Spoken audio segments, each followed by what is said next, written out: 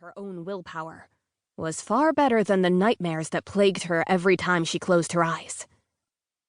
She wasn't sure if Brandt had caught on that she wasn't sleeping, but Gray definitely had. Oddly enough, he hadn't said anything to her about it.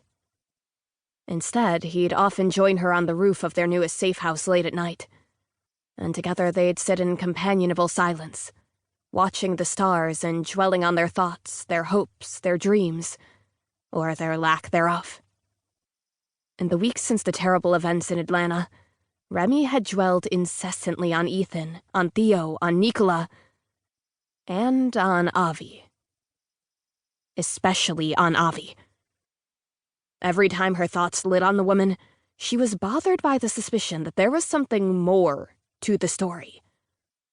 Avi had hidden something important from them.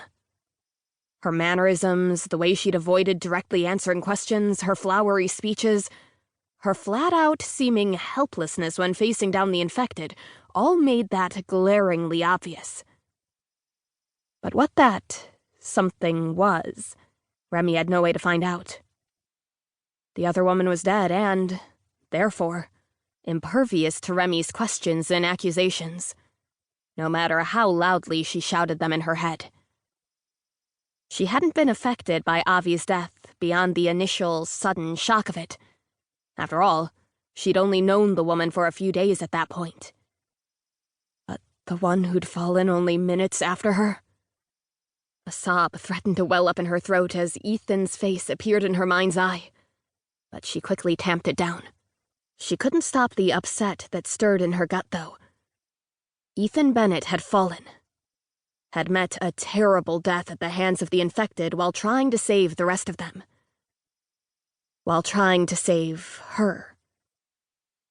And she had fought, had tried to get him before it was too late. But Brandt hadn't allowed it. He'd held her down, pinned her to a rooftop, while on the ground below, Ethan had died. Remy wasn't sure she'd ever forgive Brandt for that. Boots scraped on the roof behind her, shuffling and bumping as their owner climbed through the second-story window to join her. She pulled her knees to her chest and set her bolo knife beside her, lovingly tracing her fingertips over its wooden hilt before wrapping her arms around her knees. The owner of the boots approached. "Hey," a quiet voice greeted her. Brandt, of course. Her chest constricted at the sound of his voice, and she couldn't help but think on the words he'd said to her when he broke the news of Ethan's sacrifice.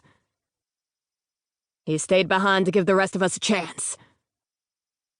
But she hadn't wanted that chance. She just wanted Ethan. "Hey, Brandt," Remy replied. She suppressed a sigh as her hope for peace and quiet was dashed. She could just ask him to leave her be, and he'd likely do it. But despite the lurking bitterness she felt toward him, she still wanted his company, any company. So she kept her mouth shut and pressed her lips together as the tall, muscular man settled onto the shingles beside her. "I thought it was Gray's turn to keep watch," Brandt commented. He rested an arm against his bent knee and glanced at her. "What are you doing up here?" She shrugged and kept her eyes locked onto the darkness. She couldn't see it, but if she strained her ears, she could make out the faint sounds of the Atlantic Ocean, its dark gray waters breaking on the beaches a mere 2 blocks away. She'd seen it only once, when they first arrived in the tiny coastal South Carolinian town near Hollywood. She'd immediately disliked it. It was a far cry from the beautiful blue waters and sugar-white sands of the Gulf of Mexico near which she'd grown up. Compared to that paradise, the coastline in the distance looked like something out of Dante's Inferno. "Couldn't sleep," Remy finally admitted after the silence stretched for too long. "Figured I'd let Gray get some rest since I'm awake anyway." Brandt gave her a sad smile that she just barely saw in the moonlight. "Thinking too much?" he asked gently, understandingly. Remy didn't want his understanding.